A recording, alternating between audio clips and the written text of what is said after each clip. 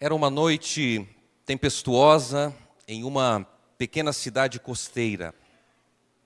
Ana, uma jovem enfermeira da comunidade, ela lutava para manter a calma enquanto o vento e a chuva castigavam o pequeno hospital onde ela trabalhava.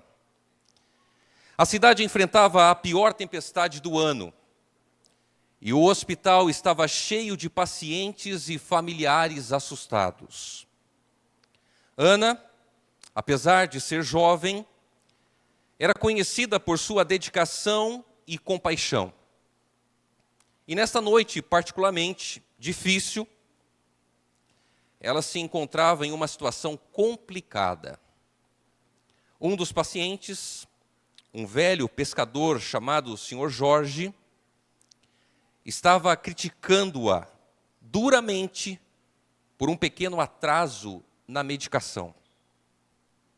Embora injusto, Ana escolheu responder com gentileza e paciência. Lembrando-se das palavras de uma passagem bíblica que ela havia lido recentemente sobre Cristo sofrendo injustiças pacientemente. Conforme a noite avançava, a energia do hospital falhou e a situação tornou-se ainda mais tensa. Sem luzes, os corredores escuros e os sons da tempestade exacerbavam o medo de todos. Ana, mantendo a calma, começou a organizar os funcionários e voluntários para acalmar os pacientes e distribuir lanternas. Enquanto ela ajudava as pessoas pelos corredores escuros, ela encontrou uma pequena menina chorando no canto. Era Lívia, a filha do Sr. Jorge. Ela estava assustada e sozinha. Ana se ajoelhou ao lado dela, confortando-a e garantindo que seu pai estava bem. Ela então levou Lívia até o leito de seu pai, que ao ver a cena sentiu-se envergonhado por seu comportamento anterior. Após a tempestade, com o nascer do sol, o Sr. Jorge pediu desculpas a Ana pela forma como ele havia tratado ela. Ele estava impressionado com a maneira como ela havia gerenciado a situação e cuidado da sua filha.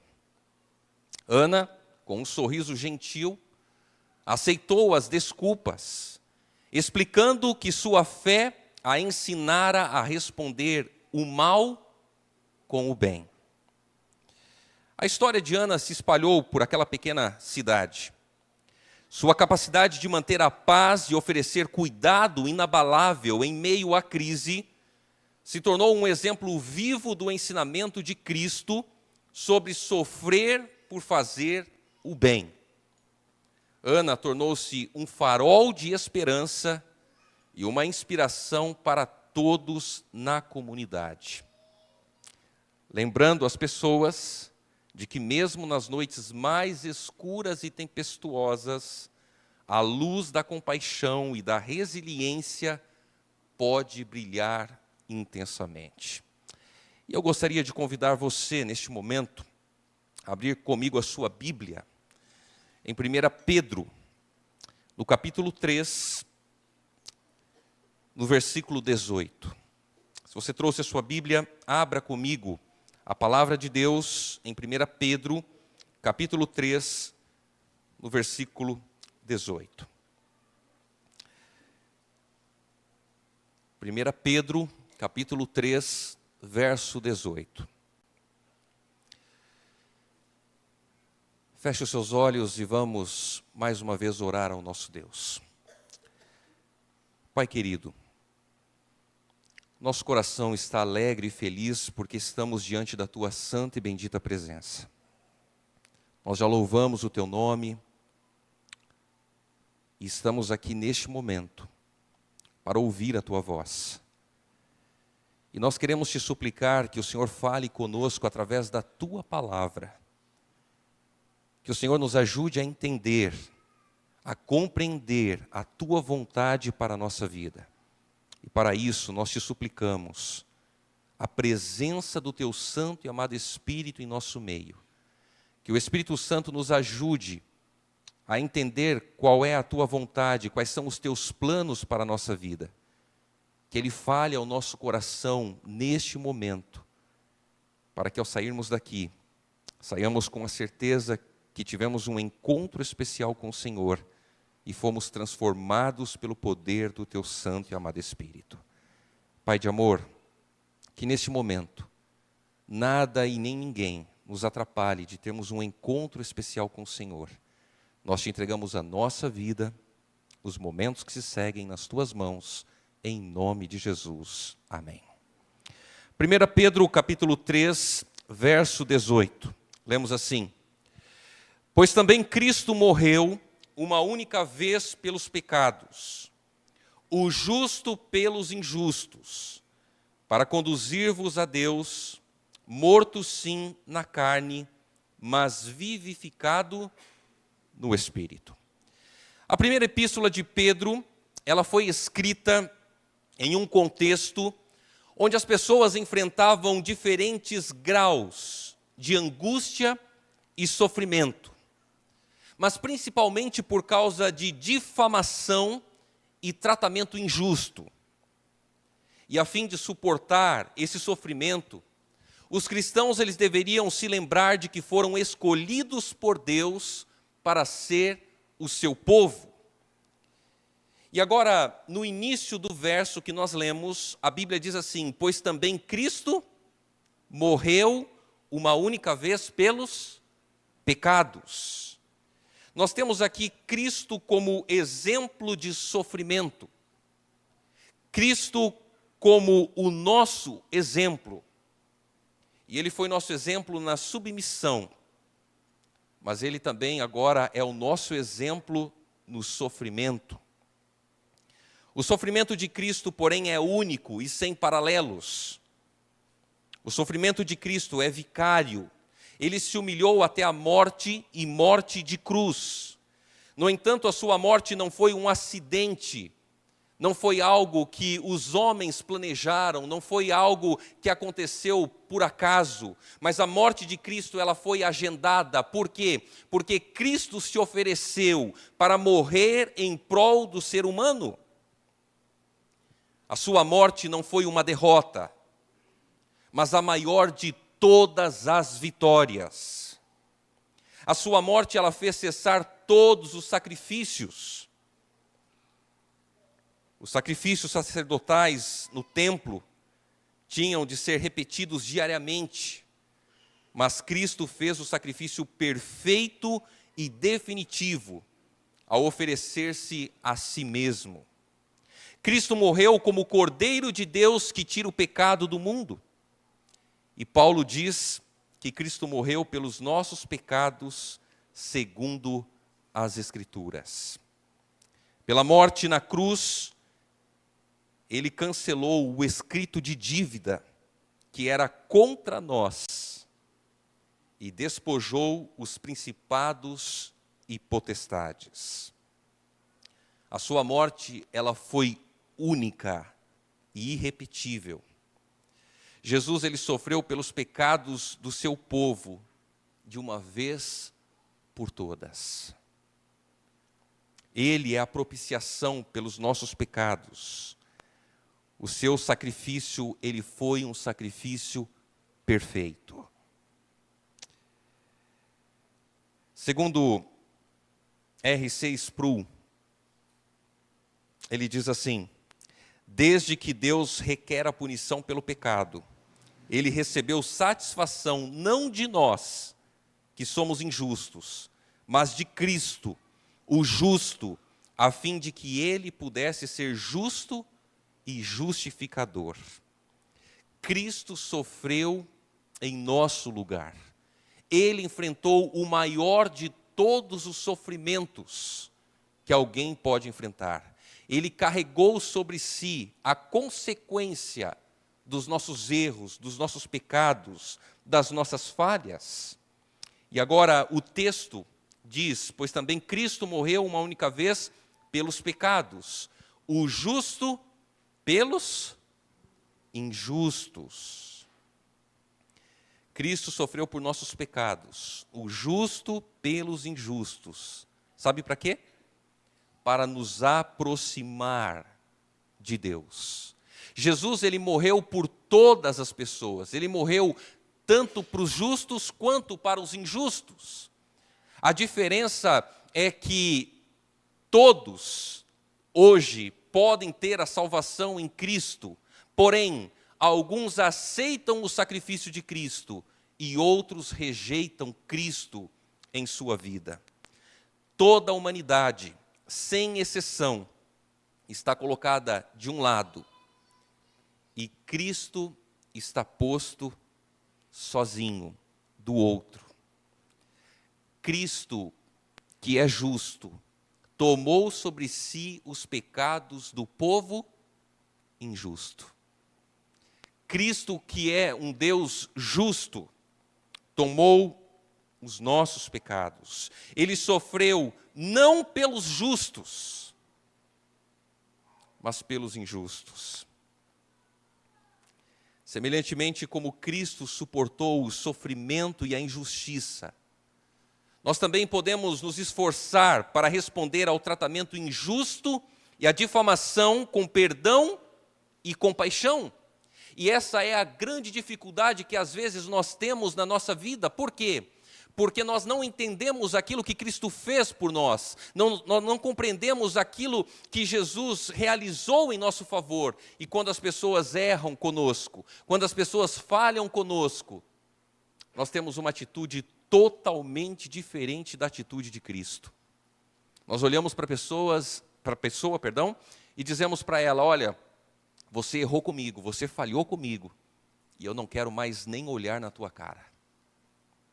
Olhamos para as pessoas e guardamos mágoa, guardamos ressentimento, guardamos ódio, muitas vezes, no coração. Entenda uma coisa: nos momentos em que nós nos sentimos injustiçados, mal interpretados, onde as pessoas nos ferem, nos magoam em relação a alguma coisa da vida, precisamos buscar uma solução em Cristo. Precisamos olhar para Jesus e entender que Ele é o nosso padrão, Ele é o nosso exemplo, Ele é o nosso modelo. A nossa vida, ela não pode estar fundamentada nas atitudes das pessoas. Ela não pode estar fundamentada nas opiniões das pessoas, mas é Cristo o nosso modelo, é Cristo que nós devemos imitar todos os dias da nossa vida. E Jesus, ele refletia paciência, ele refletia entendimento. E quando nós vamos a Ele, a nossa vida ela é transformada pelo poder de Deus. Quando nós somos envolvidos por Cristo, a nossa vida é transformada por Jesus. O apóstolo Paulo diz que Cristo morreu por nós, sendo nós fracos, ímpios, pecadores e inimigos. Diz ainda: aquele que não conheceu o pecado, Ele o fez pecado por nós, para que nele fôssemos feito justiça de Deus. Jesus, ele foi o nosso substituto, o nosso fiador. Levou sobre si os nossos pecados e foi traspassado pelas nossas iniquidades. Ele morreu, não para salvar o homem em seus pecados, mas de seus pecados. O único fundamento da nossa justificação no tempo e na eternidade é a imputação do nosso pecado a Cristo e a imputação da justiça de Cristo a nós. Querida igreja, o sofrimento de Cristo foi por nossa causa. E o mistério é que aquele que não merecia sofrer, ele padeceu em nosso lugar aquilo que nós teríamos de sofrer. Aquilo que nós deveríamos ter que sofrer, Jesus escolheu sofrer em nosso lugar. E o texto de 1 Pedro, capítulo 3, verso 18, continua: o justo pelos injustos, com qual propósito, com qual finalidade? Para conduzir-vos a quem? A Deus. O propósito da morte de Cristo foi de nos reconciliar com Deus, abrindo-nos o portal da graça e dando-nos livre acesso ao Pai. Nós estávamos condenados à morte, nós deveríamos morrer eternamente. E Jesus agora, Ele vem, Ele paga o preço do pecado que nós deveríamos pagar. Ele assume a culpa, Ele assume a consequência dos nossos pecados. E com a sua morte, Ele inaugurou para nós um novo e vivo caminho até Deus. Ele é o caminho que nos leva ao Pai. Jesus é a porta de acesso ao trono da graça. Ele é o nosso exemplo no sofrimento, nas lutas, nas dificuldades. E entenda que Jesus, Ele conhece exatamente tudo aquilo que nós passamos, tudo aquilo que nós enfrentamos na nossa vida. Às vezes você pode ter a ideia de que o seu sofrimento é um sofrimento único. Pode ter o seguinte pensamento de que o que você está enfrentando, o que você está passando, é algo que ninguém mais passa, ninguém mais sofre. Deixa eu dizer uma coisa para você. Jesus, Ele conhece os nossos sofrimentos, porque um dia Ele esteve aqui nessa terra. E o sofrimento de Jesus foi muito maior do que os nossos sofrimentos. Mas Jesus, Ele também é o nosso exemplo na vitória, porque todos aqueles que escolhem a Cristo, todos aqueles que se colocam nas mãos de Deus, eles serão vitoriosos, não pelos seus próprios méritos, mas pelos méritos do Senhor Jesus. E como Cristo submeteu sua vontade à vontade de Deus, assim devemos nós também estar dispostos a ser moldados na forma da santidade. Nós precisamos não apenas aceitar o sacrifício de Cristo da boca para fora. O que eu quero dizer com isso? Que às vezes algumas pessoas dizem assim: olha, eu aceito Jesus, mas continuam vivendo uma vida longe de Jesus. Escolhem Jesus com as palavras, mas não querem Jesus através da vida, através das atitudes. Jesus submeteu a sua vontade à vontade de Deus. E a vida do cristão deve ser uma vida de abnegação, uma vida onde você submete a sua vontade à vontade de Deus, aos planos de Deus, aquilo que Deus quer, aquilo que Deus deseja na tua vida.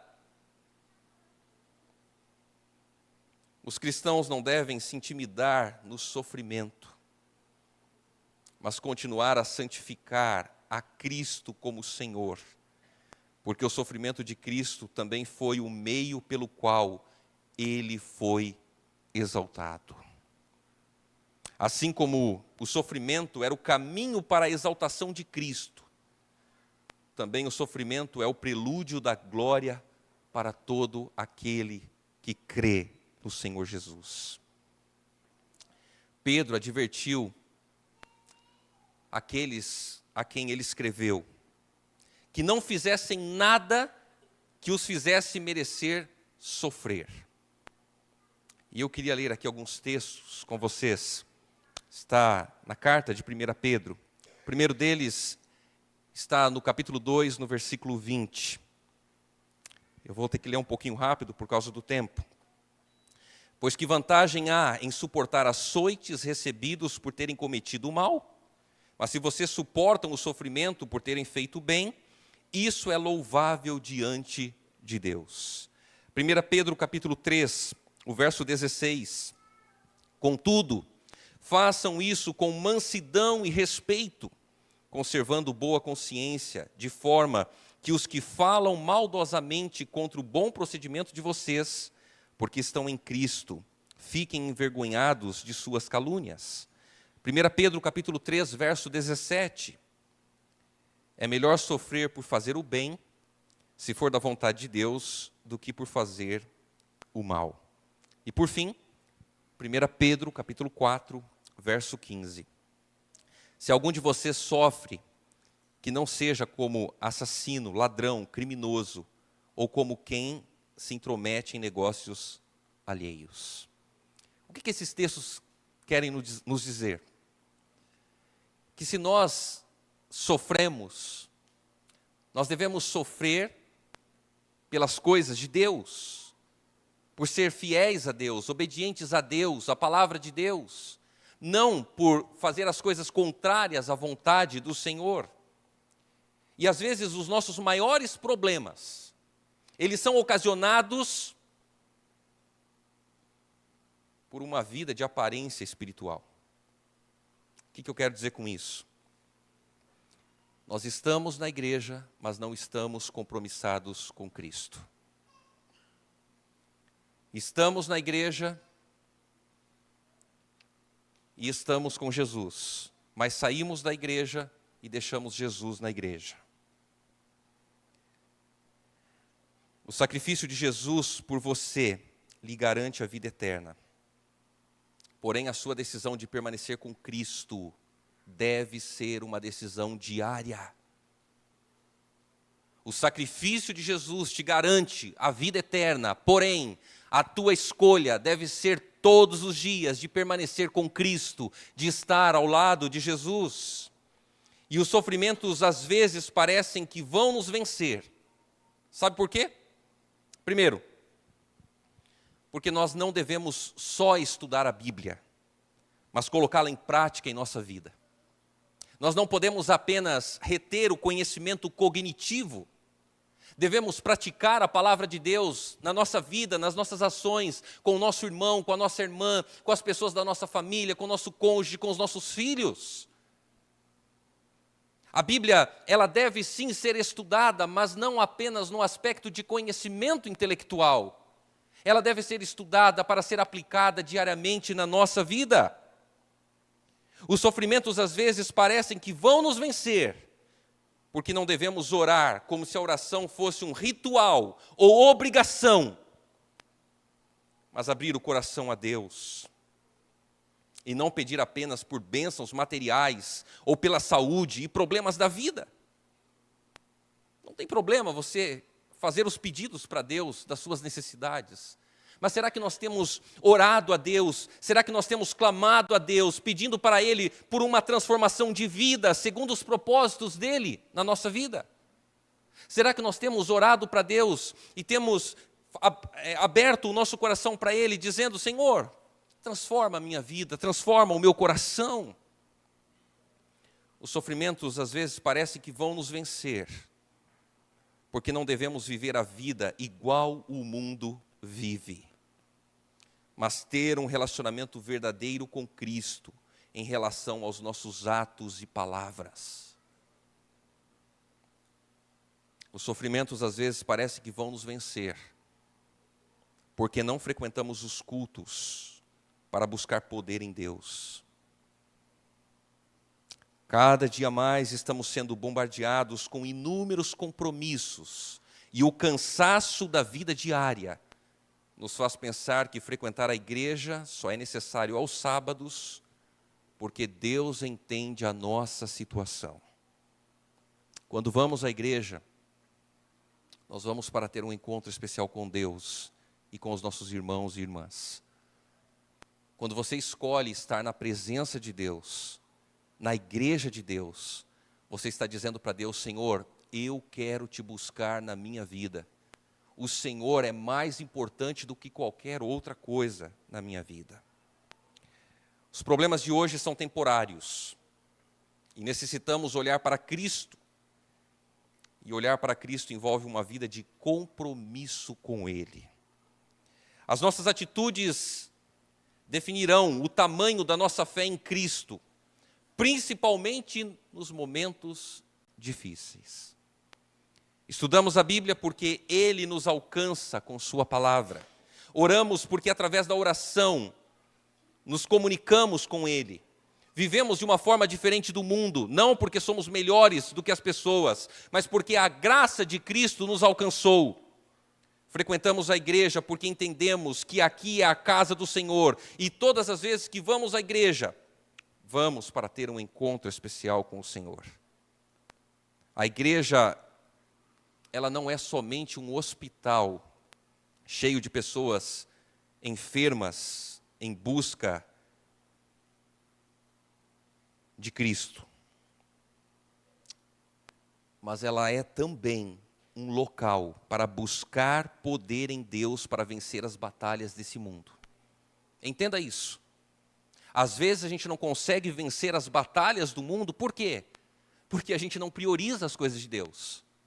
A gente não está frequente na igreja, a gente não vem aos cultos, por quê? Por vários motivos, por várias situações. E nos tornamos fracos espiritualmente, por quê? Porque estamos distantes de Deus. A igreja não é apenas um hospital cheio de pessoas feridas, mas ela é também um local para buscar o poder de Deus, para vencer as tentações, para vencer os problemas, as dificuldades da vida diária. Irmãos, quantas vezes nós vamos à igreja cansados e às vezes até desanimados e saímos fortalecidos pelo poder do Espírito Santo.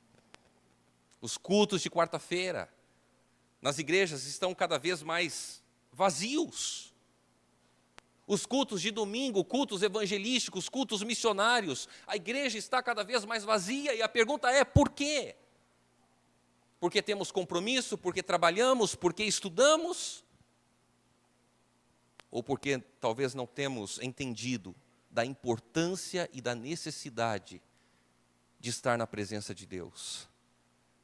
Entenda que quando você vem à igreja, o maior beneficiado é você. Quando você vem num culto de quarta-feira cansado, depois de um dia cheio de trabalho, você está vindo buscar poder de Deus na sua vida. Quando você vem aos domingos, você vem para adorar a Deus, para buscar poder, mas para ajudar a cumprir a missão, para falar as verdades da palavra de Deus para outras pessoas.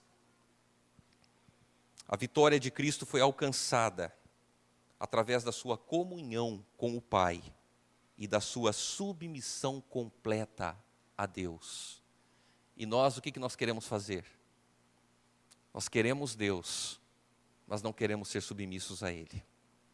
Ser submisso a Ele é uma entrega completa, não às suas vontades, aos seus desejos, mas é uma entrega completa à vontade do Senhor. Pedro, ele encorajou os seus leitores, que estavam passando por problemas, por sofrimento, por difamações. Ele encorajou os leitores, para que eles se lembrassem da vitória de Cristo sobre os poderes do mal. E talvez você se pergunte: pastor, como eu posso ser vitorioso em meio ao sofrimento desse mundo? É preciso entender que as coisas aqui nessa vida são passageiras. E a nossa pátria definitivamente não é aqui. Será que temos priorizado mais as coisas da terra do que as coisas eternas? Será que temos entregado mais de nós para as coisas de Deus do que para as coisas deste mundo?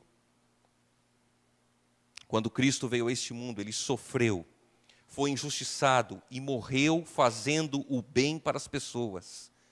Ele tinha um propósito: tornar você, por meio dele, porque ele é o caminho, a verdade e a vida, um vencedor em Cristo Jesus. Não importa o sofrimento que você venha passar nesse mundo, um dia tudo terá um fim. E o que realmente vai importar é que você permaneceu do lado vitorioso, do lado de Jesus. Querida igreja, ao refletirmos sobre as lições de 1 Pedro, capítulo 3, verso 18, e sobre o exemplo supremo de nosso Salvador Jesus Cristo, nós somos convidados hoje, nesta manhã, a reconhecer não apenas o peso do sofrimento, mas também a majestosa glória da redenção que Cristo nos oferece através do seu sacrifício. Ele, o justo, sofreu pelos injustos. E esse ato não foi um acidente na história. Foi um plano divino, meticulosamente traçado para nos aproximar de Deus. Neste momento, eu quero encorajar cada um de vocês a olhar além das tribulações, a olhar além das situações deste mundo, situações temporais, e a olhar além das adversidades que nós enfrentamos. Todos nós estamos juntos nesta jornada, caminhando pelo caminho que Cristo preparou para nós. Um caminho que, apesar de às vezes ser marcado pelo sofrimento, nos conduz à vitória eterna. Cada desafio, em cada momento de dor, nós temos uma oportunidade de testemunhar o poder transformador do amor de Deus. A maneira como nós respondemos às injustiças, aos problemas, como mantemos a nossa fé em tempos de prova, vai refletir para o mundo a luz de Cristo. Portanto, façamos o nosso exemplo, o exemplo máximo de Cristo Jesus na nossa vida. Que a vida de sacrifício de Cristo, a sua morte na cruz, a sua vitória sobre a morte, sejam o fundamento da nossa fé e a inspiração para os nossos atos. Que possamos viver de maneira que, mesmo diante do sofrimento, a nossa vida seja um testemunho da sua graça, um farol de esperança para os perdidos e um lembrete constante da glória que está por vir. Que Deus nos fortaleça, nos inspire e nos conduza a cada passo, até que possamos estar com Ele em sua eterna glória. Amém.